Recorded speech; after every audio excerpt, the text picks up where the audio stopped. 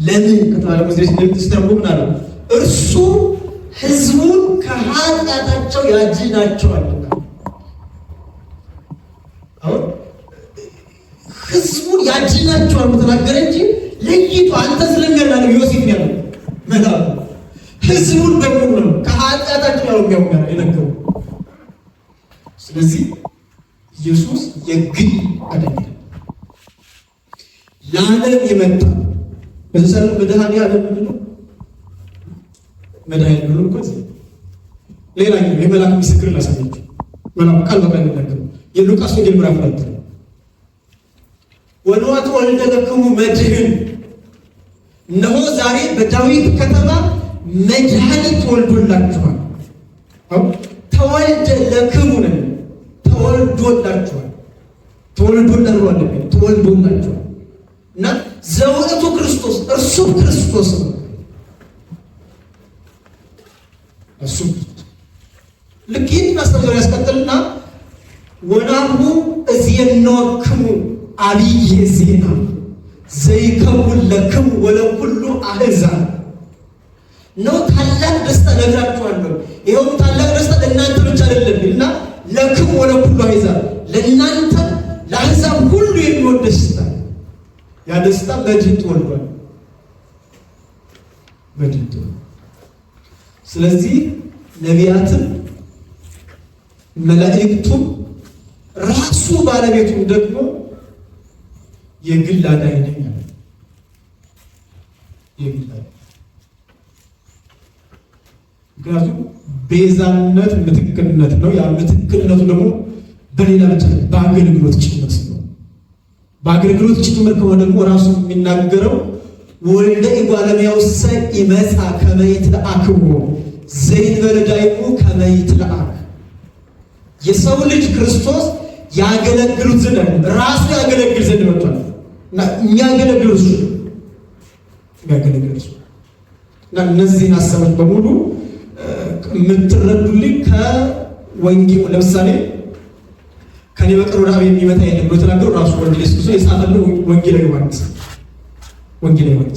ይህንን ለምን ጻፈ? ወይም በሌላ በኩል ራሱ ክርስቶስ ይህንን ንግግር ለምን ተናገረ? ምን የሚል ጥያቄ ቀርቦለት ይህንን መልስ ሰጠ? ምን የሚል መልስ? እሱን ነው ማየት ያለባቸው እንጂ ይችን ጥቅስ ብቻ ይችን ንባብ ብቻ መረዳት ነው። ወደ ኋላ የተነሳ ሀሳባል መልሰ ይህንን መልስ መልሶ ይቀጥላል። ልክ እና ከዚህ አንፃር አሁን ቃል በቃል ለማየት እንሞክራለን። ቤዛ እና ማስተስሪያ የሚለው አንደኛ የምታዩልኝ ቤዛ ማለት ምትክ፣ ፈንታ፣ በሌላ ወገን መወከል፣ በሌላ ወገን መወከል፣ ሌላን አካል መተካት። ይህ ደግሞ ስራችሁ እንደቆየው ክርስቶስ ዳግም ያደመ ነው። ዳግም ያደመ ይንታላል። ስለ አዳም ፋታ ሁለተኛው አዳም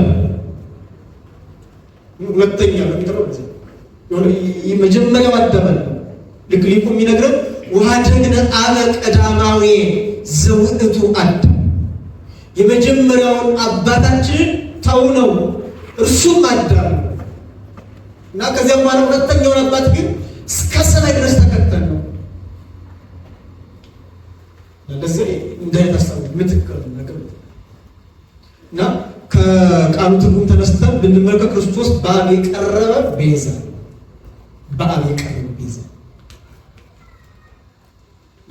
በልዩ በተለየ አካሉ ነው። በተለየ አካሉ ቤዛ የሆነ ምትክ የሆነ አዳምን የወከለ በአዳም ፈንታ የታመመ በአዳም ፈንታ የተንገላታ መከራ የተቀበለ በስደተኛው አዳም ምትክና ስለ ስደተኛው አዳም የተሰደደ አብ አልተሰደደም፣ መንፈስ ቅዱስ አልተሰደደም። የተሰደደው ማነው? ወልድ ኢየሱስ ክርስቶስ የተሰደደው።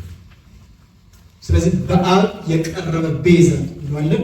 አብ የባህሪ ልጁን ቤዛ አድርጎ ያቀርብ ዘንድ የዘላለማዊ ምክርና የመለኮታዊ ማዳን እቅድ ምንጩ አብ ስለሆነ ቅዱስ ጴጥሮስ በመልእክቱ እንዲህ ይላል። አሁን ምንጩ መጀመሪያ ላይ ልክ ባለፈው ብያለሁ። ከልጅ ልጅ ተወልጄ የሚለውን ሀሳብ ከልጅቱ ልጅ የሚለው ሀሳብ እንደገና አብ አንድያ ልጁን ላከ የሚለው እነዚህ ሀሳቦች የሚያገናኙት ቤዛነት ነው። ቤዛነት። ስለዚህ ቅዱስ ጴጥሮስ እንደምታዩት ምን ይላል? አንደኛ ጴጥሮስ ምዕራፍ 1 ቁጥር 18 እስከ 19 ታረቁ ከአባቶቻችሁ ከወረሳችሁት ከከንቱ ኑሯችሁ በሚያልፍ ነገር በብር ወይም በወርቅ ሳይሆን ነውርና እድፍ እንደሌለው እንደ በግ ደም በክቡር የክርስቶስ ደም እንደተዋጃችሁ ታውቃላችሁ። በከመ ተቤዘው ክሙ ነው የሚገዙ እና ቤዘው መዋጀት ይሏል። ቤዘው እና በአብ የቀረበ ቤዛ ማለት በአብ የዋጀን ነው። አብ የዋጀን ወይም የተቤዥን በልጁ አማካኝነት የተቤዥን ይሏል። አብ የተቤዥን እኛ የተቤዥን እኛ ነን። የቤዥን ደግሞ አለ እሱን ነው ቅዱስ ጴጥሮስ የሚነግረን ነውርና እድፍ እንደሌለው እንደ በግ ደም በክቡር የክርስቶስ ደም እንደተዋጃችሁ ታውቃላችሁ። ለይቶ ነው የሚያስቀምጠው ቅዱስ ጴጥሮስ። አሁን ይሄ መሰረታዊ የመጽሐፉ ምክንያት ስደተኞች የነበሩትን ወይ በተለያየ አካባቢ ተበትነው የነበሩትን ሰዎች እስከምን ድረስ ክርስቶስ እንደወደዳቸው ማሳየት የፈለገው ክርስቶስን ፍቅር ነው። ማሳየት የፈለገው አብ ምን ያህል እንደወደደን የሚያሳይ ፍቅረ አብን ነው። ፍቅረ ክርስቶስን መግለጽ ነው።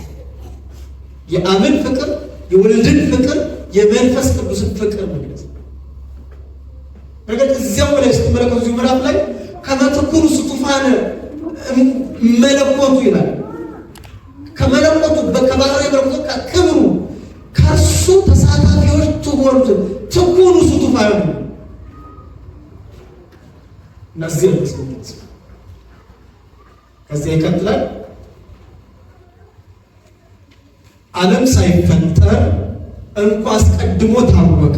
ነገር ግን እምነታችሁና ተስፋችሁ በእግዚአብሔር ይሆን ዘንድ ከሙታን ባስነሳው ክብርንም በሰጠው በእግዚአብሔር በእርሱ ስለምታምኑ ስለ እናንተ በዘመኑ መጨረሻ ተገለጠ። ስለ እናንተ እንጂ ለይቶ አይደለም። እዚህ ላይ የተገለጠው ክርስቶስ ነው። መቼ ተገለጠ ከተባለ በዘመኑ መጨረሻ። ልክ ሐዋርያው ቅዱስ ጳውሎስ እንዳለው የዘመኑ ፍጻሜ በደረሰ ጊዜ አብ አንድያ ልጁን ላከ። ያ የላከው ልጅም ደግሞ ከማን ተወለደ? ከሰው። ዘመኑ በተፈጸመ እና ከዘመኑ መጨረሻ የሚገልጸው እና ማለት ክብርን በሰጠው በእግዚአብሔር በእርሱ ስለምታምኑ ይላል።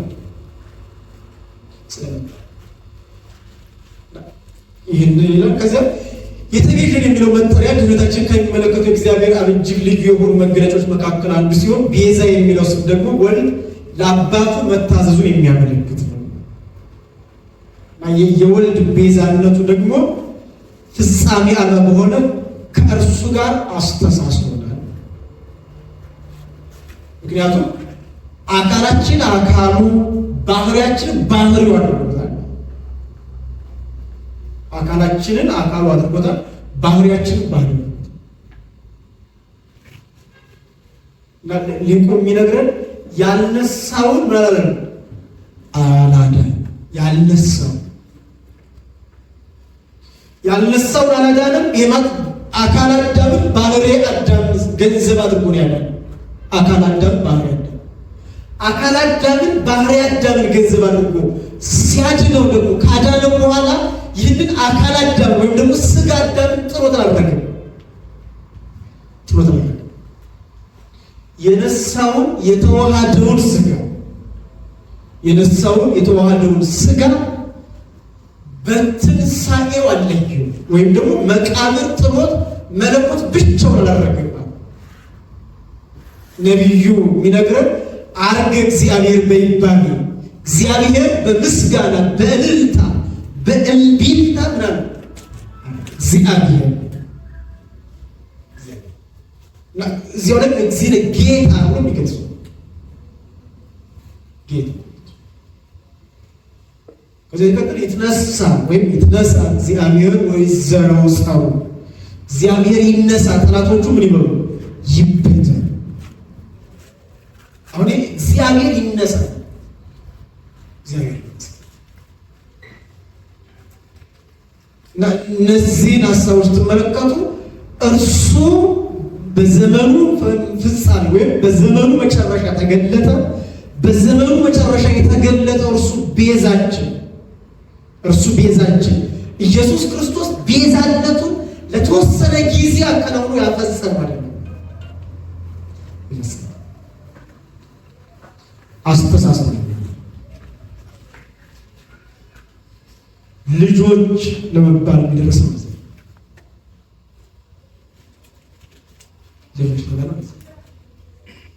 ከቅዱሳን ከተማ ጋር ህብረት አለን እስከምንደርስ ነው። ከዚያ ሲቀጥል እኔ ከዚህ ከፍ ባልኩ ጊዜ ሁላችሁ ወደ እኔ ስባችኋል። ከመተላልኩ ምን ስህብ ሁሉ ሀሚ እኔ ከዚህ ከፍ ባልኩ ስባችሁ።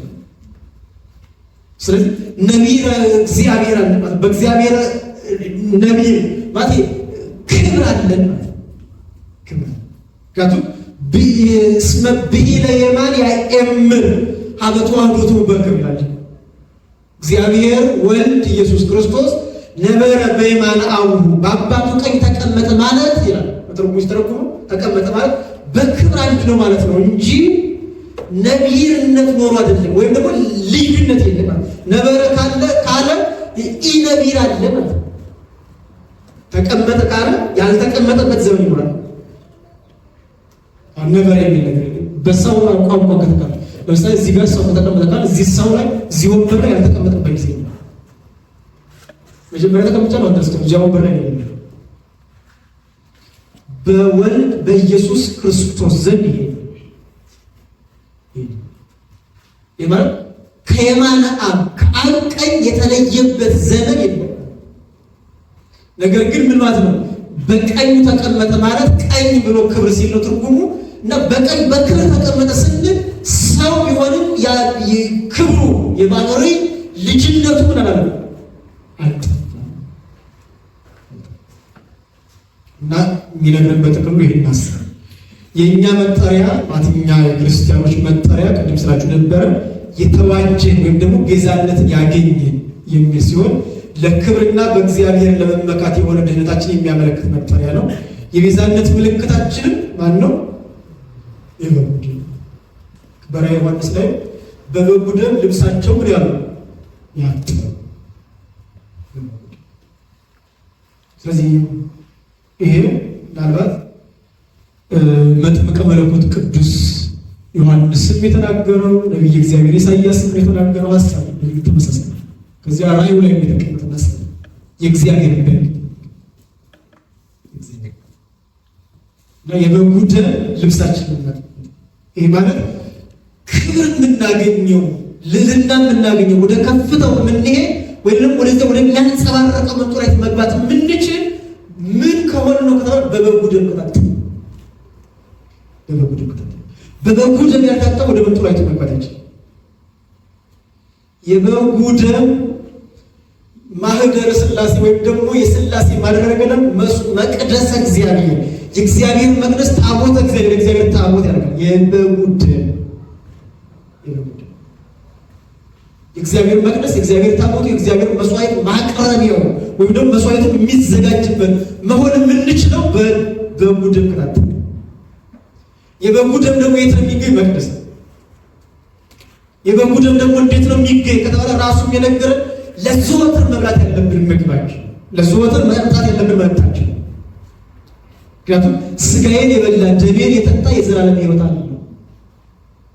ይሄ ኢየሱስ ክርስቶስ አማላጅ ቢሆን ኢየሱስ ክርስቶስ ከቅዱሳን መካከል አንዱ ቢሆን ኢየሱስ ክርስቶስ አብን ብቻ የሚጠይቅ ወይም ደግሞ ሕይወትነት የአብ ቢሆን ኖሮ የባህሪ አባቱ የአብ ብቻ ቢሆን ሕይወትነት ስጋዬን የበላ ደሜን የጠጣ የዘላለም ሕይወት አለው ማለት ነው።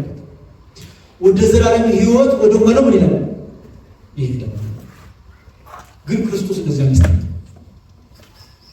ምክንያቱም ራሱ እርሱ ነው ሕይወት እና ይህንን የበላ ደግሞ አባቴ ይመጣል ከእርሱ ዘንድ እኔ በአብ እንዳለው እኔ እርሱ አብ በእኔ እንዳለ እኔ በአብ እንዳለው እኔና አብም ማለት ስጋውና ደሙ በሚቀበለው አካል ነው እናድራለን።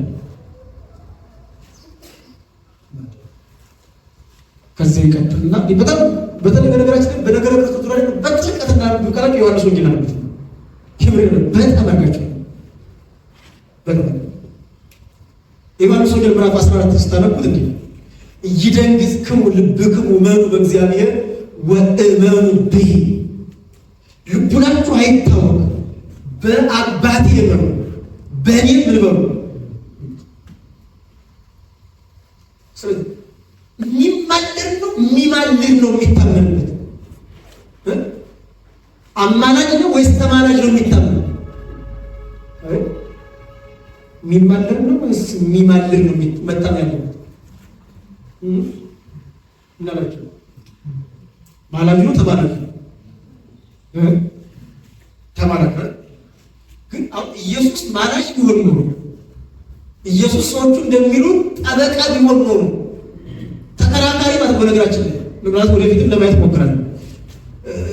ጠበቃ ሲባል ተሟጋች ማለት ነው። ይህ ማለት ለምሳሌ ጠበቃ ከሆነ በጣም ዘይሀት ስምሳ ነገራል ለእሱ ግን አይ ከዚህም የዘይሀት ነገራል።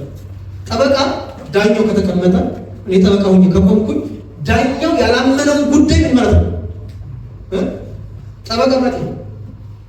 ዳኛው ያላመነውን ጉዳይ ዳኛው ያልተቀበለውን ጉዳይ የትኛውንም የቋንቋ አጠቃቀም ተጠቅሜ ምን ማለት ነው ማሳብ።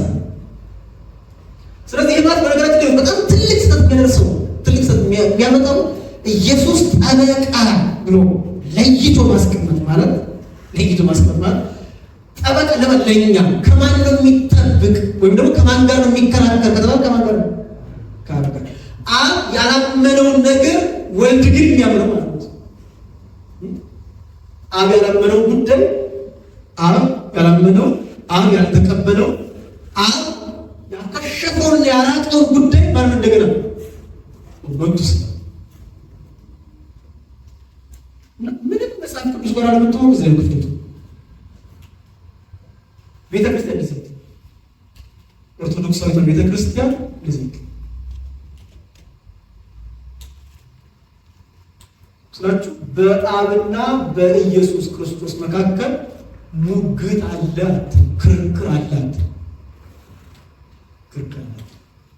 ስለዚህ በአባቴ እመኑ በእኔ እመኑ እና እስመ ውስተ ቤተ አቡዬ ብዙ ማህደር ወምዕራፍ በአባቴ ቤት ብዙ ማደሪያ ብዙ ማረፊያ ያን ሲል ቆይ ነው ወደ ይሄዳል ወደዚያ ሁላችሁ ደግሞ ስማችሁ ከዚህ ዮሐንስ ወንጌል ደግሞ ምዕራፍ 17 ላይ ስትመለከቱ አባ ሰብሐኒ በስብሐቲከ ዘሃሎ በኀቤከ ቅድመ ይትፈጠር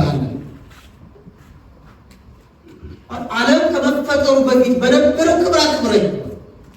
አሁን ክብረ ኢየሱስ ክርስቶስ ድህረ ሥጋዌ መጣ። ዓለም ከመፈጠሩ በፊት በአንተ ዘንድ ያለ ማለት ልጅነቴን መስክር ማለት ነው። ሌላው ነው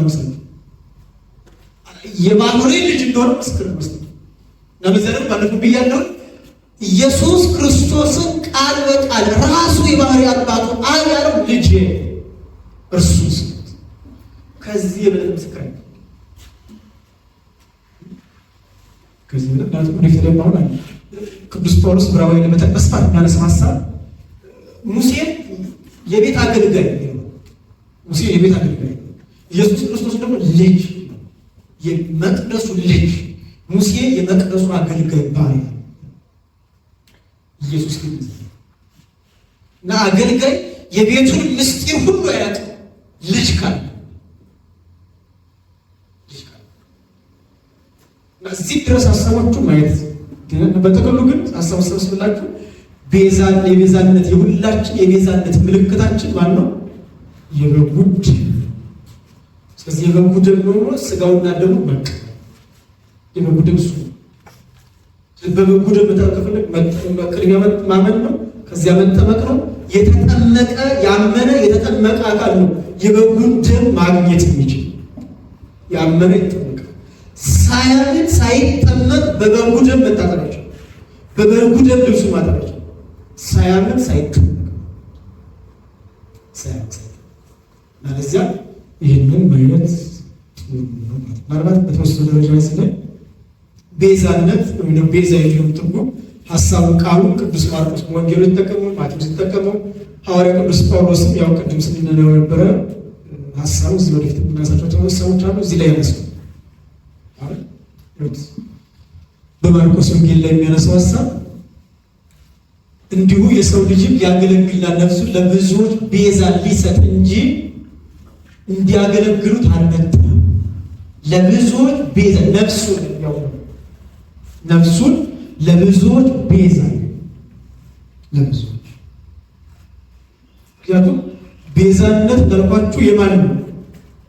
በተለየ አካሉ የወልድ ኢየሱስ ክርስቶስ እንጂ በየትኛውም አጋጣሚ ቅዱሳን ቤዛ ነው። እዚህ ለእኛ መልእክት ያስፈልጋል። ቅዱሳን ቤዛ ማለት ነው። ነቢያት አልሆኑ ሐዋርያት ማለት ወደፊት የሚነሱ ቅዱሳን ሆናቸው ቤዛ ብዙሃን ስለ ብዙዎች ቤዛ ሆነች እና እዚህ ላይ ለብዙዎች ነፍሱን ለብዙዎች ቤዛ ይሰጣል። ሐዋርያው ማርቆስ ወንጌላዊ ማርቆስ እንደሚሉት ከዚያ ማቴዎስ ላይ ስትመለከቱ እዚህ ምዕራፍ ላይ እንዲሁም የሰው ልጅ ሊያገለግል እንጂ ሊያገለግል ነፍሱንም ለብዙዎች ቤዛ ሊሰጥ እንጂ እንዲያገለግሉት አልመጣም።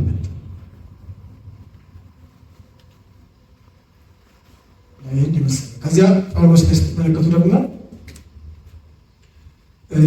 አንደኛ ጢሞቴዎስ ምዕራፍ 2 ቁጥር 5 እስከ 7 ድረስ ይሁት አንድ እግዚአብሔር አለና በእግዚአብሔርና በሰው መካከል ያለው መካከለኛው ደግሞ አንድ አለ፣ እርሱም ሰው የሆነ ክርስቶስ ኢየሱስ ነው። ራሱንም ለሁሉ ቤዛ ሰጠ። ይህም በገዛ ዘመኑ ምስክርነቱ ነበረ። እኔም ለዚህ ነገር አዋጅ ነጋሪና ሐዋርያ በእምነትና በእውነት የአሕዛብ አስተማሪ ለመሆን ተሾምኩ። እውነት እናገራለሁ አልዋሽም። አሁን ቅዱስ ጳውሎስ ሰማዕት ወይም ምስክር ነው። ምስክርነቱ ሳይዋሽ የሚናገረው ሐዋርያ የሆነለት አዋጅ ነጋሪ የሆነለት በእምነትና በእውነት ነው የሚናገረው። በእምነትና በእውነት አዋጅ የሚናገርለት ሐዋርያ የሆነለት እውነቱን የሚናገርለት ጉዳይ ምንድን ነው ከተባለ በእግዚአብሔርና በሰው መካከል ስላለው ስለ መካከለኛው ስለዚያ ስለ አንዱ ያም አንዱ የተባለው ማን ነው? ሰው የሆነ ክርስቶስ ኢየሱስ እና ይሄ ሰው የሆነ ወይም ደግሞ በሰውና በእግዚአብሔር መካከለኛ የሆነው ኢየሱስ ክርስቶስ ምንድን ነው አለ? ራሱን ለሁሉ ቤዛ ይሰጥ እና ይህንን ብዬ መሰክራለሁ በእውነት ለሁሉ። ምናልባት መካከለኛ ቢሆን ወደፊት ለማየት ዝም ብዬ ግን ኃይላት ለማሳያቸው መካከለኛ የተባለው በማን ነው? እዚህ ለቃሉ ነው። አንድ እግዚአብሔር አለና በእግዚአብሔርና በሰው መካከል ያለው መካከለኛው ደግሞ አንድ አለ። እርሱም ማን ነው? ስለዚህ መካከለኛ ማለት ሰው የሆነ አምላክ ሰው አይደለም። ሰው ብቻ አይደለም፣ ግን ምንድን ነው? አምላክ። አምላክ ብቻ አይደለም፣ ደግሞ ምንድን ነው? ሰው። ስለዚህ ነቢያትንም በሉ መላእክትንም በሉ በሰውና በእግዚአብሔር መካከለኛ ሆነች። ለምን ከተባለ ፍጡርነት እንጂ ባህሪያቸው ፈጣሪነት ባህሪያቸው ፍጡርነት እንጂ ፈጣሪነት ገንዘባቸው አይደለም። በነገራችን ላይ የተባባል ግልጽ ነው ሀሳብ ምን አላችሁ? ግልጽ ነው ለካችሁ እና ሐዋርያው ቅዱስ ጳውሎስ ቤዛን የገለጸው ቤዛ ሆኖ ክርስቶስ የተሰጠው ለአንድ ሰው ለግለሰብ አይደል? ለማንም ነው ራሱን ለማስጠር ለሁሉም እና ራሱን ለሁሉ የሰጠው ደግሞ መካከለኛ ሰው ይኸው ምንድነው መካከለኛነቱ ሰው ይሆናል። ስለዚህ መካከለኛነት ፍጹም ሰው የሆነ የባህሪ አምላክነቱ ነው መካከለኛነት እንጂ መካከለኛነት ሲባል አንዳንድ ጊዜ የሆነ ድንበር አውጥቶ ከዚህ ወደዚህ ገኝ ከዚህ ወደዚህ ወደ እንደሚለው ነው። መካከለኛነቱ በእኛና በእኛና በእግዚአብሔር መካከል ያለ ወይም በእግዚአብሔርና በሰው መካከል ያለ መካከለኛው። በነገራችን ላይ እዚህ ላይ መካከለኛ ብሎ ብቻ እንደሚገለጸው ወርትስ ሆነ ሰው የሆነ ሲተርጎ ሰው የሆነ እሱ አለ ዋናት ሰው የሆነ ኢየሱስ ክርስቶስ ማን ነው ያለው? እግዚአብሔር። ምክንያቱም የተበቃል አንድ እግዚአብሔር አለና በእግዚአብሔርና በሰው መካከል ያለው መካከለኛው ደግሞ አንድ አለ። መካከለኛው ማለት መካከለኛው እግዚአብሔር ማለት ነው። መካከለኛው እግዚአብሔር ማለት ነው ሰው የሆነው እግዚአብሔር ወልድ ማለት ነው። ሰው የሆነው እግዚአብሔር ወልድ እና ሰው የሆነው እግዚአብሔር ወልድ እሱ ሰው የሆነው ደግሞ ያማን ነው ክርስቶስ እና ይሄ ደግሞ ምንድነው ራሱን ለሁሉ ቤዛ የሰጠው እና ራሱን ለሁሉ ቤዛ የሰጠው ደግሞ አለ በገዛ ዘመኑ ምስክርነቱ ነበር። ምስክር መጥምቀ መለኮት ቅዱስ ዮሐንስ ተናገረ ከኔ በፊት የነበረ ነገር ግን መቼ ይመጣል? ከኔ በኋላ ከኔ በፊት የነበረ ግን ከኔ በኋላ ከዮሐንስ በፊት አካላዊ ቃል ወልደ እግዚአብሔር የነበረው ሰው ሆኖ አይደለም። ከዮሐንስ በፊት አካላዊ ቃል ወልደ እግዚአብሔር የነበረው ሰው ሆኖ በምንነቱ ነው በእግዚአብሔርነቱ በአካላዊ ቃልነቱ ሰው በመሆን በማህፀን በመቆየት ማህፀን ዓለመ ማህፀን ላይ በመቆየት ከክርስቶስ የሚቀድም ማለት ነው። ዮሐንስ 6 ወር በገባል። ስለዚህ በመጸነስ የሚቀድም ዮሐንስ። ስለዚህ የተጸነሰው አካላዊ ቃል ያለ ጽንስ ነበር ከመጸነስ በፊት ከመጸነስ። ስለዚህ ከኔ በፊት የነበረው ግን ከኔ በኋላ እርሱ ደግሞ አለ ልልናው ሲገልጸው ማለት እሱ ደግሞ የእርሱን የእግሩን ጫማ መያዝ የጫማውን ማሰሪያ እንደሆነ ማለት መምታት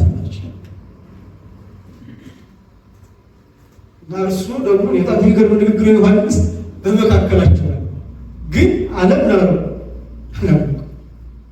በመካከላቸው አለ የዮሐንስ ወንጌል ምዕራፍ 1 ላይ በመካከል አላወቁት ከኔ በፊት ነበር ከኔ በኋላ ያን እዚህ ድረስ ያስቀምጥ እና እርሱ ይላል ስልጣኑ ሲገልጽለት ምን ይሏል? እኔ በንስሐ በውሃ ተመኳችሁ፣ እርሱ ግን ሲመጣ በምን ያጠቃችኋል እንጂ እርሱ ሲመጣ ይማልድላችኋል፣ እርሱ ሲመጣ እንዲሆንላችኋል አለ።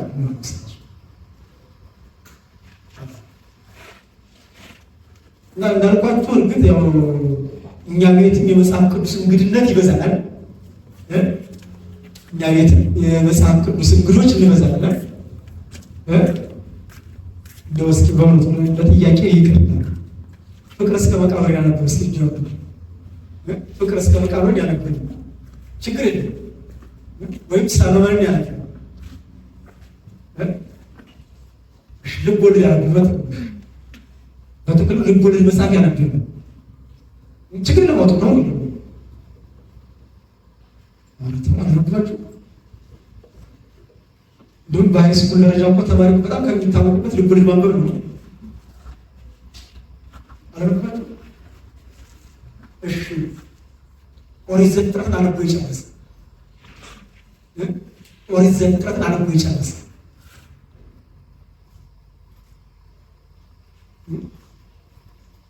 ይሁን ጥሩ ለምትከፍትና ከሆነ እና እውነት ለመናገር ያው ለመውቀስ አይደለም። ብዙ ሰው በእናንተ ብቻ ነው በነገራችን አገልጋዩ ሳይቀር መጽሐፍ ቅዱስ ነው የሚለው የምሬ ነው። ብዙ አገልጋይ መጽሐፍ ቅዱስ ነው ብዙ በቃ በተገኘው አጋጣሚ ተጨልፎ ሄዶ አንድ ጥቅስ መዞ ይችላል ያቸው ሰው አውርቶ እና ምን ለማለት ነው? መጽሐፍ ቅዱስ በትክክል እናነበው ማለት በትክክል እናነበው ወንጌሉ ማን ይባል? ክርስቶስ ማን ልክ ራሱ ሲያስተምር ነገረ ክርስቶስ በክርስቶስ መጥቶ ነው የተነገረ። ራሱ ማን ነው? ራሱ ሌላ ሁሉ ተስቆ ነገራችን ላይ እኔና አብ አንድ ነን የሚለው ንግግሩ ከዚህ ተጠቅላላ በእኔ መሩ ከሚለው ውጭ ነው። እንደገና ይህንን መቅደስ አፍርሱት እኔ ደግሞ ምን አደረገው? አስነሳዋለሁ አነሳዋለሁ ያው በሶስተኛው እና ስልጣኑ እስከምን ድረስ ነው ይገልጽናል ማለት አስተምሮታል ክርስቶስ። ግን ብዙ ሰው የሚፈልገች የተወሰነች ጥቅስ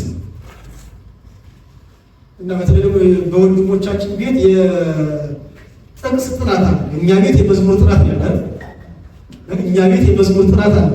እናንተ ቤት ደግሞ የጥቅስ ጥናት አለ። 12 ነው 12 አካባቢ ጥቅሶች አሉ። እዚያ ቤት የሚጣሉ ጥቅሶች አሉ የሚሽመዱ ከነዚህ ውጭ ጥቅስ ያው የብሬ ነው ከነዚህ ውጭ ነው ይሞት እና የጥቅስ ጥናት ነው። እኛ ቤት የመዝሙር ጥናት አለ እና መጽሐፍ ቅዱስን በትክክል ብንረዳው እንዳልኳችሁ ክርስቶስን ምን ብሎ የሚገልጸው እግዚአብሔር የእግዚአብሔር ልጅ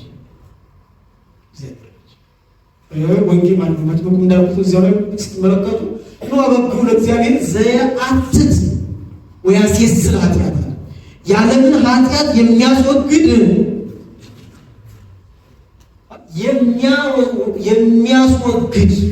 ይቅር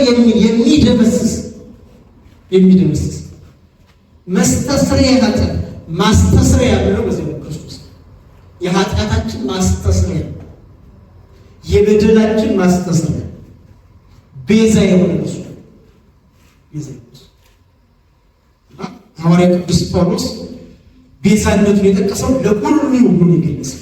ክርስቶስ ቤዛ የሆነው ቤዛ ሆኖልናል እንጂ ቤዛ ሆኖልኛል ለግል ያለው ለሁላችን ቤዛ ለሁላችን። ስለዚህ ዛሬ በነገራችን ላይ ለዚያም እኮ በነገራችን ላይ ክርስቶስ ቤዛ ስለሆነ ነው ዛሬ በጥንት አብሶ አንጠየቅም። ዛሬ ሰው የሚጠየቀው በጥንተ በደል ወይም በጥንት አብሶ ነው። በሌላው ግን ማለት ነው በመርገመ አዳም በኃጢአት አዳም ነው ዛሬ የምንጠየቀው በግላችን ባሁኑ እንጂ አዳማዊ በደል፣ አዳማዊ መርገም፣ አዳማዊ ኃጢአት ምን ብሏል? ክርስቶስ አጥፍቶታል። አዳም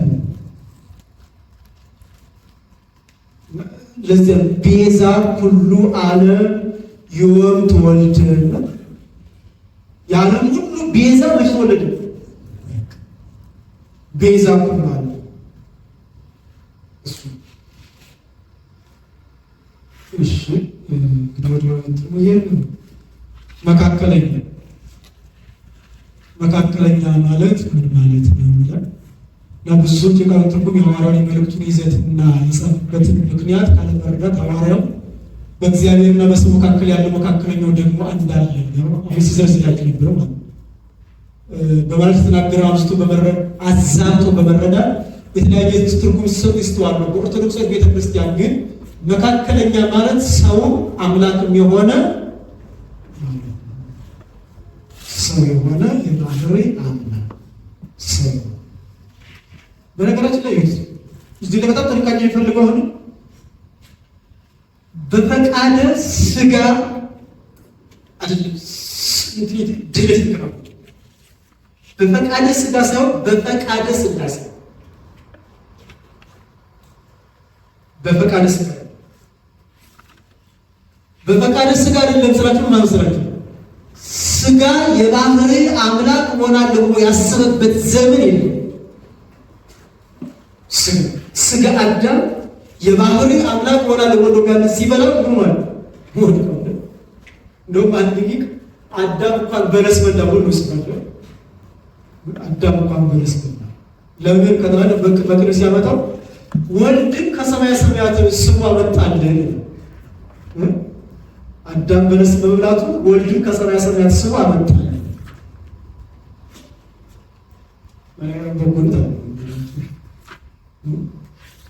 ግን ምንድነው ሰው የሆነ አምላክ በይናቁን ማለሰረት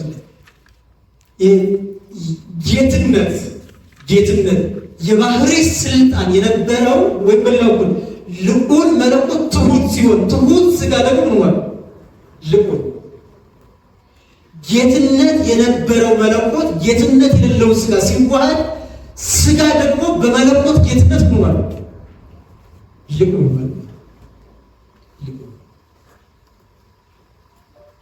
መድኃኒትን ይሻ የነበረው ስጋ መድኃኒት ማለት ነው። መድኃኒትን ይሻ የነበረው መድኃኒት ብርሃን ይፈልግ የነበረው ብርሃን ነው የሚያንጸባርቅ እና መካከለኛው ስናገር ሰው አምላክም ይሆናል። ሰው አምላክም ይሆናል ማለት ያው መተርጉማሙ ያስቀመጡልን የሉቃስ ወንጌል ምዕራፍ 2 ላይ ያው ብዙ ወጥረን በመዳስ ባለሰባችን ላይ ስብሐት ለእግዚአብሔር በሰማያት ወሰላም በምድር ስምረቱ ለሰብእ የሚለው ሶስት አይነት ትርጉም ያስቀምጣል። ያው ለእግዚአብሔር ምስጋና ይገባል፣ ስምረቱ በምድር እርቅ ተወጠነ። ለምን ከተባለ የሰው ፈቃዱ ተከናውኗልና። ከዚያ በሁለተኛ ትርጓሜ ሲያስቀምጡ ስብሐት ለእግዚአብሔር በሰማያት ለእግዚአብሔር በሰማያት በመላእክት ክብር ምስጋና ተገባው፣ ወሰላም በምድር በደቂቀ አዳም ደግሞ ክብር ምስጋና ተደረገለት። ለምን ሲባል ስምረቱ ለሰብእ ይሄ ትሁት የነበረው ወይም ደግሞ ውዱቅ የነበረው ምን ሆኗል? ልዑል ሆኗል። ሶስተኛ ላይ ስብሐት ለእግዚአብሔር በሰማያት የሚለው ስጋ ወይም አምላክ ሰው ሆነ። አምላክ ሰው ሆነ። እንደገና ወሰላም በምድር ሰው ምን ሆነ? አምላክ። ከዚያ ስምረቱ ለሰብእ ለምን ከሆነ ደግሞ አሳስበዚያው ሲገልጸው ምንድን ነው? እግዚአብሔር ወልድ የሰው ፍቅር አገብሮት ሰው ቢሆን የሰው ፍቅር አገብሮት ሰው እና ሰው የሆነ የባህሪ አምላክ የሚገልጸው ነው። ስለዚህ ቤተክርስቲያን ኢየሱስ ክርስቶስ መካከለኛ በማለት ስትጠራው ከሁለቱ አካላት ከአብና ከመንፈስ ቅዱስ ለመለየት ነው። መካከለኛ ከአብና ከማን በነገራችን ላይ መካከለኛነቱ ከእግዚአብሔር አብ ጋር ብቻ ነው። ከማን ጋር? ከአብና ከመንፈስ ቅዱስ ጋር ከአብና እንጂ ከአብ ጋር ብቻ መካከለኛ እሱ መለየት ይፈልጋል ማለት ከዚያ ከአብና ከመንፈስ ቅዱስ ለመለየት ምክንያቱም ከሶስቱ አካላት አንዷ ወልድ እንጂ ሰው የሆነው ሶስቱ ሁሉ ሰው ስላልሆኑ ማለት ከዚያ ኢራቅሊስ የሚባለው ቤተክርስቲያናችን አባት በሃይማኖት አሁን ስታነቡ አንተ ከኛ ጋር አንድ እንደመሆን ትታመማለህ። አሁን ኢየሱስ ክርስቶስ እንዲህ ከኛ ጋር አንድ እንደመሆን ትታመማለህ። ከአብና ከመንፈስ ቅዱስ ጋር አንድ እንደመሆንህ ምን ትላለህ? የማትታመም። ስለዚህ መካከለኛ ይሄ ሀማሚ ነው። ድገረው ምንድን ነው? ኢሃማሚ። በዚህኛው ዓለም ሀማሚ ነው፣ በዚያኛው ዓለም ኢሃማሚ ነው።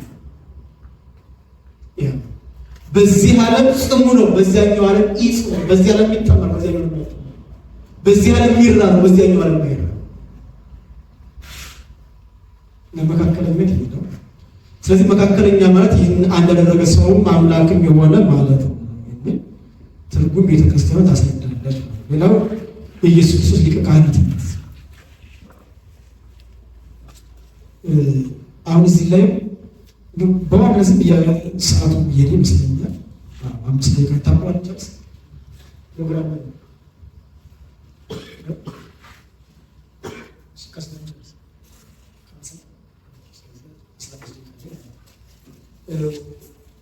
ትንሽ ሰፋ ያለ ስታይል ስለተዘጋጀ አስተማሪዎች ተካይ ይመስላል እና ከዚህ አንፃር ዓለም ማለት በማድረግ ነው። እዚህ ላይ አሁን ሊቀ ካህናትነት ሐዋርያው ቅዱስ ጳውሎስ ላይ በዕብራውያን በጣም በስፋት የሚያሳይ አሁን ይህንን ዕብራውያን ስትተረዱት በዋናነት ዕብራውያን ማለት የተጻፈው ለአይሁድ አይሁድ ደግሞ ምን ነበራቸው? ቅድም ስላችሁ እንደነበረ ካህን ነበራቸው፣ መስዋዕት ነበራቸው፣ መቅደስ ነበራቸው። ከዚያ ነዋያተ መቅደስ ነበራቸው፣ ነዋያተ ቤተ መቅደስ ነበራቸው። እና ይህ ዕብራውያን በትኩረት በተለይ ከምዕራፍ 5 ጀምራችሁ ትመለከቱት በትኩረት አድርጎ የሚያስቀምጠው ያን የብሉይ ኪዳኑ መቅደስ ነው። የብሉይ ኪዳኑ መቅደስ፣ የብሉይ ኪዳኑ ካህን፣ የብሉይ ኪዳኑ ነዋያት፣ የብሉይ ኪዳኑ መጋረጃ፣ የመቅደሱ መጋረጃ እነዚህ በትኩረት ያስቀምጣል። ስለዚህ አሁን ይህንን ቅዱስ ጳውሎስ የብሉይ ኪዳኑ ካህን ከሐዲስ ኪዳኑ ካህን ጋር ያነጻጽራል። ብሉይ ኪዳን ላይ ሊቀ ካህን ነበረ፣ ሐዲስ ኪዳን ላይ ሊቀ ካህን የብሉይ ኪዳኑ ከሐዲስ ኪዳኑ ወይም ደግሞ የሐዲስ ኪዳኑ ሊቀ ካህን ከብሉይ ኪዳኑ በምን ይለያል? ይህንን ብቻ ያዙ። የብሉይ ኪዳኑ ወይም ደግሞ የሐዲስ ኪዳኑ ሊቀ ካህን ከብሉይ ኪዳኑ በምን ይለያል ከተባለ የብሉይ ኪዳኑ ሊቀ ካህን የአገልግሎት ጊዜው ከዓመት አንድ ብቻ። የብሉይ ኪዳኑ ካህን ሊቀ ካህን ሊቀ ካህናቱ የብሉይ ኪዳኑ ሊቀ ካህናቱ የአገልግሎት ጊዜው ከዓመት አንድ ብቻ። ከዓመት አንድ። ከዚያ ይሄ የብሉይ ኪዳኑ ሊቀ ካህን ከዓመት አንድ ጊዜ ደግሞ ገብቶ መጀመሪያ መስዋዕት የሚያቀርብ ለራሱ ይሄ ማለት ራሱ ስርየተ ኃጢአትን አግኝቶ ዘላለማዊ ጊዜያዊ ስርየተ ኃጢአት አግኝቶ ከዚያም በኋላ ለራሱ ካቀረበ በኋላ ለሕዝቡ ያቀርባል። ለራሱ መስዋዕት ያቀርባል። ለራሱ ካቀረበ መስዋዕት ከጨረሰ ከፈጸመ በኋላ እንደገና የሕዝቡን ስርዓተ መስዋዕት ያቀርባል። የሕዝቡ ሁለተኛ ነው። ሶስተኛ የብሉይ ኪዳኑ ሊቀ ካህናቱ በመርገመ አዳም የተያዘ በመርገመ አዳም የተያዘ ይህ ማለት ስርየተ ኃጢአት ዘለዓለም አያሰጥም። በሌላው ማለት ገነት ያስገባል። ገነት ያስገባል። የትኛው የብሉይ ኪዳኑ ሊቀ ካህን የብሉይ ኪዳኑ ሊቀ ካህን ከዚህ ስንተኛ ነው? አራተኛው የብሉይ ኪዳኑ ሊቀ ካህን ሞት ያሸነፈው እንጂ ሞት ያሸንፋል። ሞት የሚያሸንፍ ሞትን የሚያሸንፍ አይደለም። ሞት በአምስት ደረጃ ማለት ሊገናኝለት ይችላል። የብሉይ ኪዳኑ ሊቀ ካህን የስጋ ደዌ ስጋ እንጂ ደዌ ነፍስን በፈወሰች የስጋን ህመም እንጂ የነፍስን ህመም ላይ የብሉይ ኪዳን የሐዲስ ኪዳኑ ሊቀ ካህናት ኢየሱስ ክርስቶስ ደግሞ የመጀመሪያው ንጹሕ ባህሪ ስለ መስዋዕት ብሎ የቀረበ እንጂ ስለ ራሱ መስዋዕት አላቀረበም። ምናልባት ከብሉይ ኪዳን ጋር ስታዩት ብሉይ ኪዳን ላይ ሶስት ወገኖች አሉ። ብሉይ ኪዳን ካህኑ አለ፣ መስዋዕቱ አለ፣ መስዋዕቱ የሚቀበል ካህን አለ፣ መስዋዕት አለ፣ እንደገና ደግሞ አለ መስዋዕት የሚቀርብል ማለት መስዋዕት የሚቀበል መስዋዕት ሶስቱ። በሐዲስ ኪዳን ሊቀ ካህናት በኢየሱስ ክርስቶስ ስትመጡ ግን መስዋዕቱ ራሱ ነው፣ መስዋዕት አቅራቢው ካህን ራሱ ነው፣ መስዋዕት ተቀባዩ ራሱ ነው። መስዋዕት አቅራቢ መስዋዕት ተቀባዩ ራሱ ነው። ከዚህ ከተ መስዋዕት ሲያቀርብ ስለ ሕዝቡ መስዋዕት ሲያቀርብ ወይም ደግሞ ነገ በመልዕልተ መስቀል የሚቆረሰው ሥጋ የሚፈሰው ደም ይሄ ነው የዓለምን ኃጢአት የሚያስተሰርይ ብዙዎች የማቴዎስ ወንጌል ምዕራፍ 26 ቁጥር 26 ላይ 26 ቁጥር ቃል በቃል የሚናገር ስለ ብዙዎች እንጂ ስለ ራሱ በደል አላቀረበም ክርስቶስ ሊቀ ካህናት። ለዚህ ትኩረቱ የሐዋርያው የቅዱስ ጳውሎስ ለዕብራውያን መልእክቱን ሲጽፍ ዋና ትኩረቱ የብሉይ ኪዳኑ ሊቀ ካህን ስርየተ ኃጢአትን የሚያሰጥ አይደለም። በሌላ በኩል ማለት ነው ስልጣነ ሰማይ የለውም።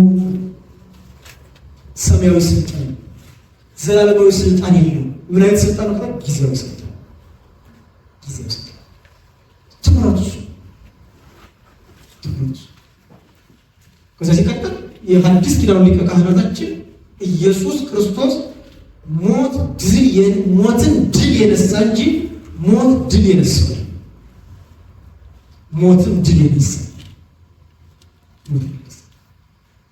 እና የሐዲስ ኪዳኑ ሊቀ ካህናት ክርስቶስን ከብሉይ ኪዳኑ ሊቀ ካህናት ከፍ አድርጎ ልዕልናውን መግለጽ የፈለገበት መሰረታዊ ሀሳብ እንጂ ወይም የብሉይ ኪዳኑ ክህነት መሻሩን የሚገልጽ እንጂ ሐዲስ ኪዳን ላይ ካህናት አያስፈልጉም የሚል ትምህርት ሐዋርያው አስተማረ።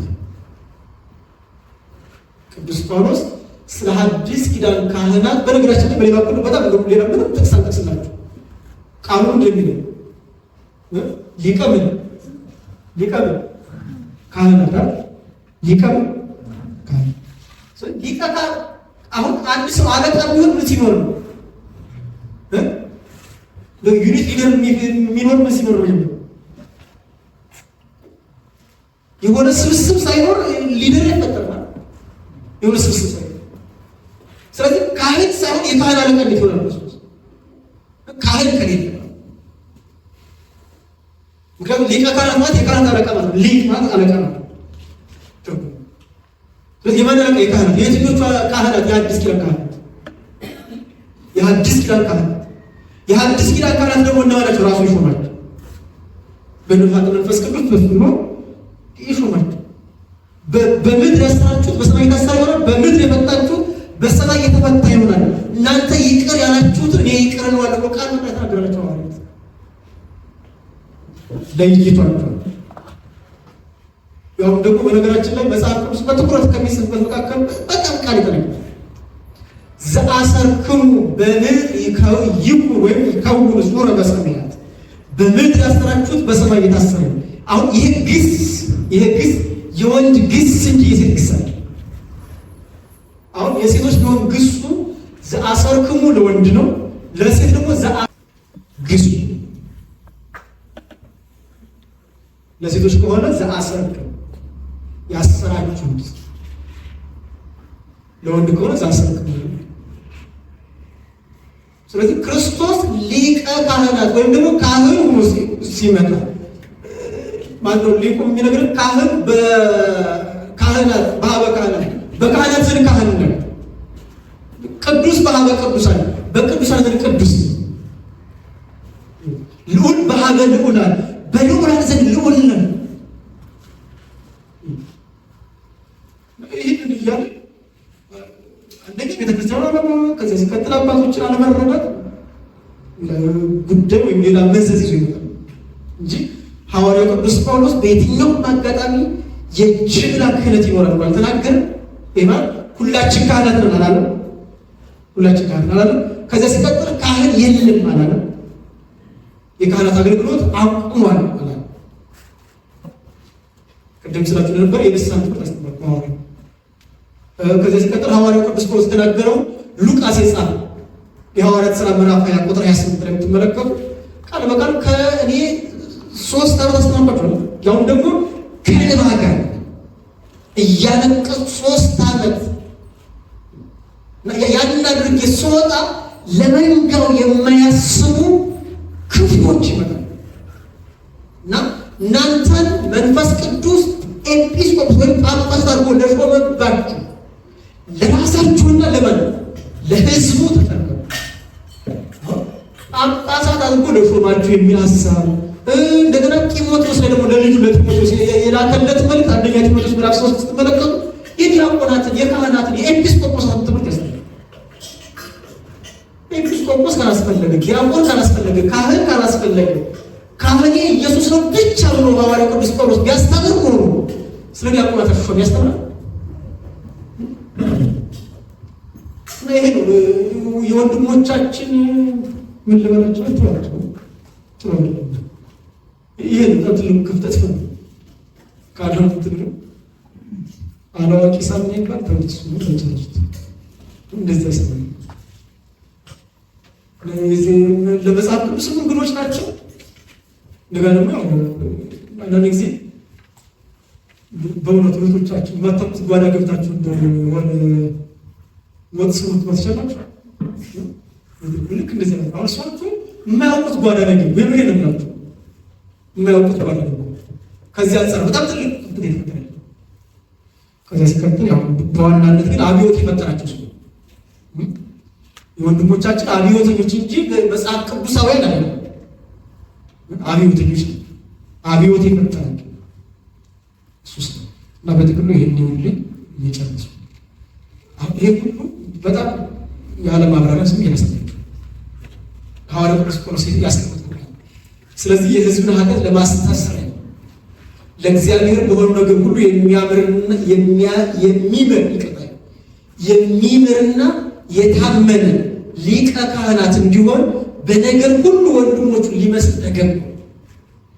አሁን የእኛ ካህናት ምናልባት ልንገራችሁ ሲል የእኛ ካህናት አሁን የሚያገለግሉ ካህናት የሚምሩ አይደሉም።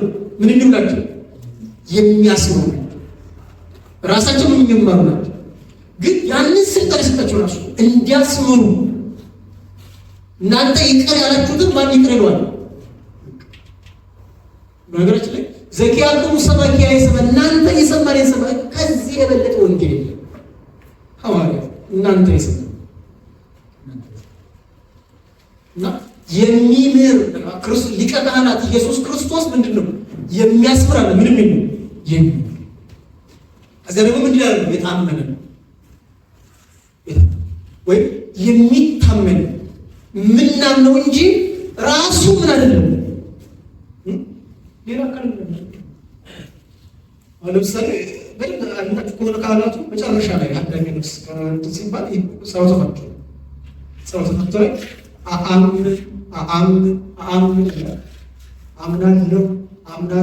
አምናለሁ ይህ ሥጋ የወልደ እግዚአብሔር የኢየሱስ ክርስቶስ ሥጋው እንደሆነ ይህም ደም የእርሱ ደም እንደሆነ አምናለሁ። እዚህ የፍቅር መገለጫችን። ስለዚህ ሐዋርያው የሚምርና የታመነ መስቀል ከዚህ ቀጥልና እርሱ ራሱ ተፈትኖ መከራን ስለተቀበለ የሚፈተኑትን ሊረዳቸው ይችላል። ጸሎታችን ይላችሁ መከራውን ልክ ሐዋርያው የሚለው ከመአበይነ ሕማመ ንኤሪ ክብረ ምስጢሩ የእርሱን መከራችን ካደረገ የእርሱን ሕማም ከታመን የእርሱን ክብር ደግሞ ምን እናገር ንስ መከራውን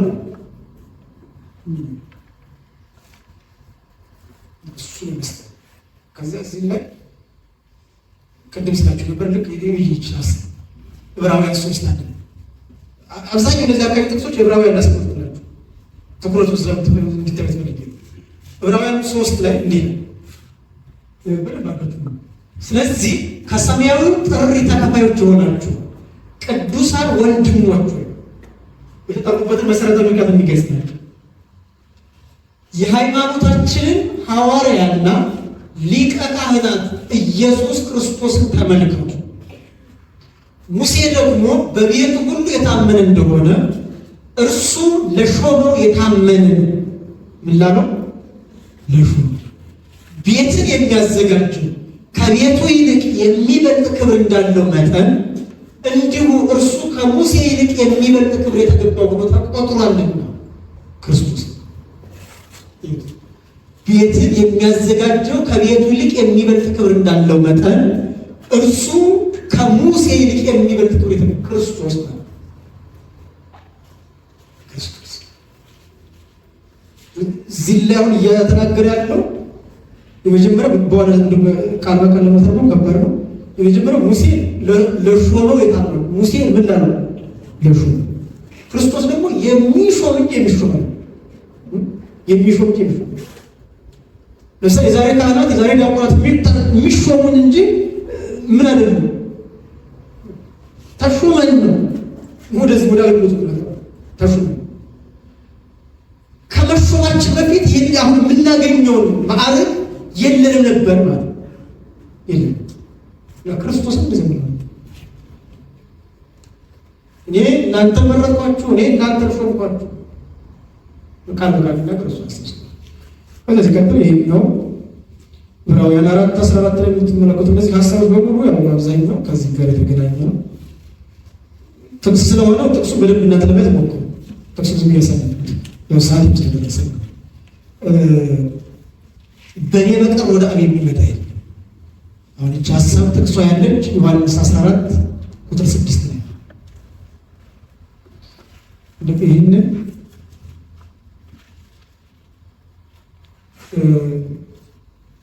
ጸሐፊው ወንጌላዊ ዮሐንስ ነው። ያው ተናጋሪ ደግሞ ማን ነው? ራሱ ባለቤቱ ኢየሱስ ክርስቶስ ነው።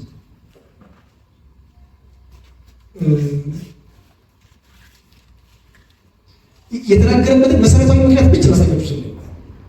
አሁን ወንድሞቻችን የሚጠቅሱት በቃ በኢየሱስ በኩል ምርጫ ካላለፈ በየትኛው በእመቤታችን በሩ በማንም በሩ በማንም አይቀበላችሁ። በማን ሄዱ?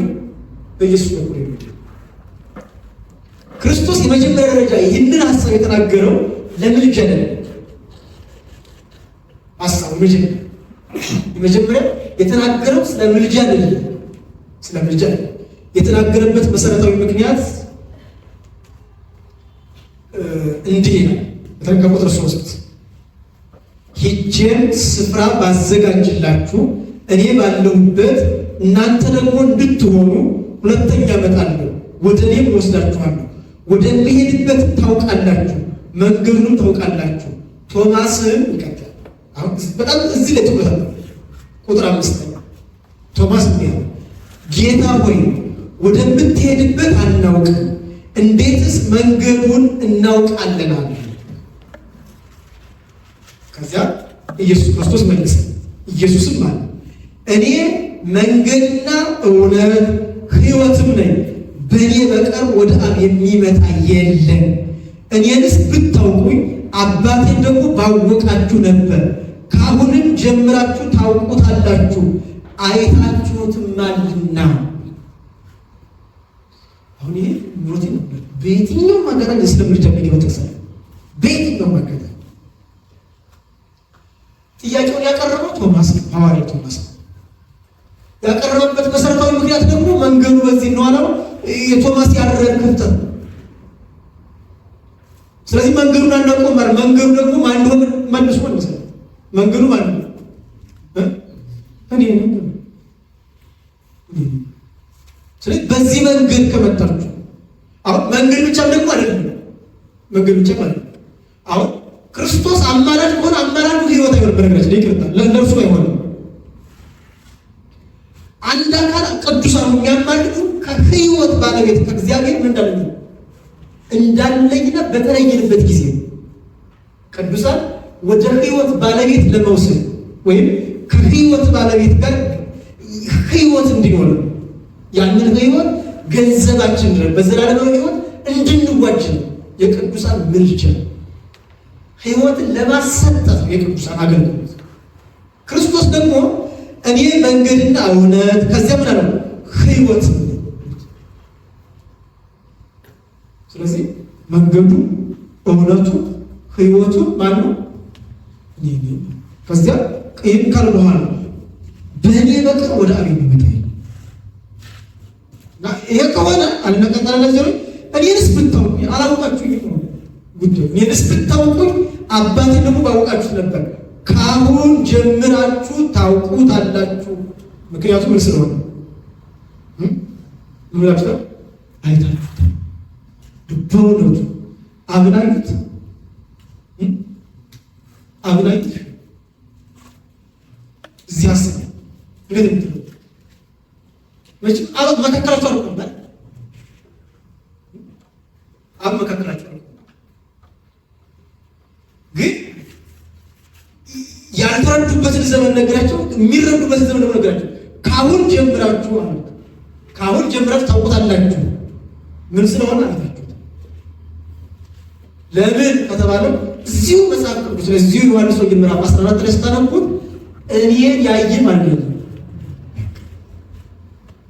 ስለዚህ በእኔ በቀር ወደ አብ የሚመጣ የለም ብሎ መናገሩ ወልድን ተወላጅ ወይም ደግሞ ወልድን የአብ የባህሪ ልጅ ሳይሉ አብን ማለት አይቻልም።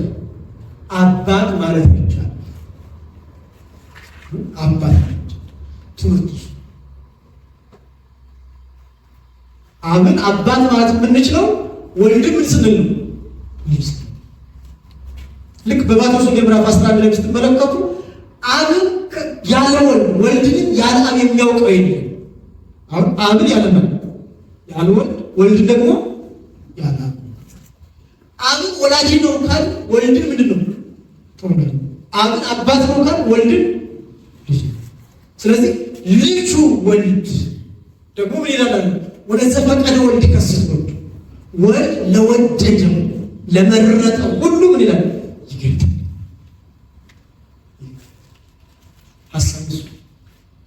ስለዚህ በእኔ በቀር ወደ አብ የሚመጣ የለም ብሎ መናገሩ እኔ መንገድና እውነት ሕይወትም ነኝ፣ በእኔ በቀር ወደ አብ የሚመጣ የለም ማለት ነው። ሐሳቡ ያስተማረው ካለበት ኢየሱስ ክርስቶስ ይማልደና ለቅዱሳን መንገድ አይጠበቅብን ሲሉ እንደመጣው፣ ነገር ግን ኢየሱስ ክርስቶስ ይህንን መልስ የሰጠው ለሐዋርያው ቶማስ ሲሆን የመለሰበት ምክንያት ማረጋገጥ ተገቢ ነው። ከዚህ ወጥቶ ኢየሱስ ክርስቶስ አማላጅ ነው የሚል ከሆነ ግን ወደ ለየለት የክህደት መንገድ ይመራናል። ይሄ የክህደት መንገድ ደግሞ ምንድን ነው ከተባለ የአንድነት የሶስትነት መገለጫ እኔ ነኝ ሲል ነው። ምክንያቱም ወልድ አብ ሰው ከመሆኑ በፊት የሥላሴ አካል ላይ ሲሆን የስም ሶስትነት በግልጽ ስላልተገለጸ፣ ከዚህም በተጨማሪ አብን ያወቅነው በወልድ መገለጥ በመሆኑ ወልድን ልጅ ብሎ ያልተቀበለ አብን አባት ብሎ የሚያምንና የሚቀበል የለም። ኢየሱስ ክርስቶስ አምላክ ወልድ አምላክ እንጂ አማላጅ እንደሆነ የሚከተሉት ወንጌል ክፍሎች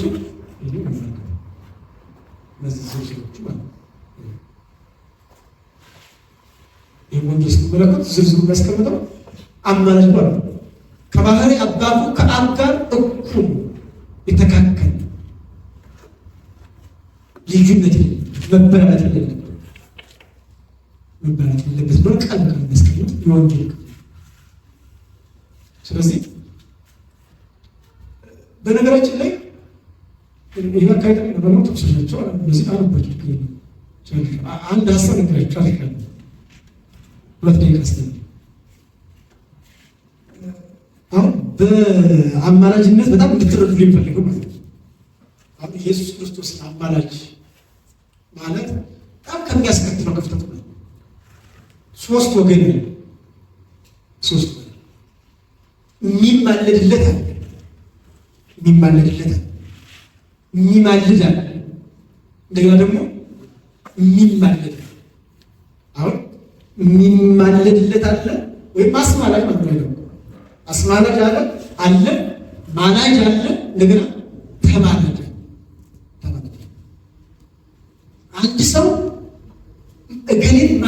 አድርግልኝ ከገሌ ጋር አስታርቀኝ የሚለው ከገሌ ጋር አስታርቀኝ የሚለው የመጀመሪያው ወገን የሚማለድለት አካል ከማን ያንሳል?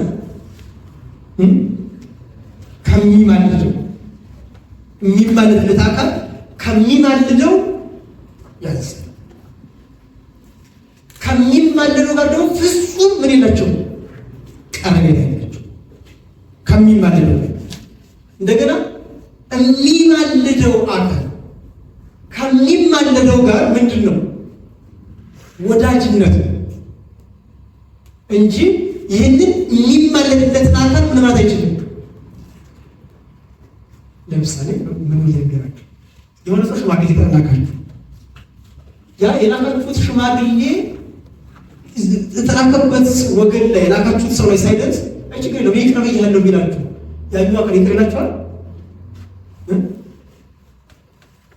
ይላል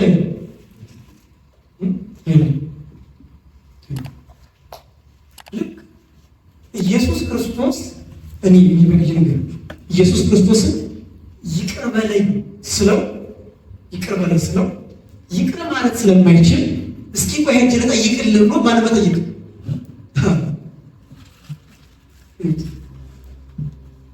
በሌላ በኩል እርሱ የሌለው ግን ማን ያለው? እርሱ የሌለው አለ። ይሄ በጥቅሉ የሚያንቆታቆተው ማን መሰላችሁ? ሚስጥረ ሥላሴ። ምክንያቱም አብ ወልድ መንፈስ ቅዱስ በስልጣን በባህሪ በአገዛዝ ስም ስለሆኑ አብ የወደደው ሁሉ ማን ይወደዋል? አብ ወልድ ይወደዋል፣ መንፈስ ቅዱስ አብ የሚያከናውነው በሙሉ ወልድ መንፈስ ቅዱስ ከሱ የተለየ ወንጌላው የሚነግረን ሁሉ በእርሱ ሆነ ከእርሱ በቀር ምን የሆነ ራሱም ደግሞ ሲነግረው በዮሐንስ ወንጌል ምዕራፍ 15 ላይ ስመዘእንበሌሰ አልቦ ዘትክሉ ከዊነ ገቢረ ወኢምንተ ያለኔ ምንም ምን ማድረግ ያለኔ። ስለዚህ እኔ ምንድነው የወይን ግንድ ነኝ፣ እናንተ ደግሞ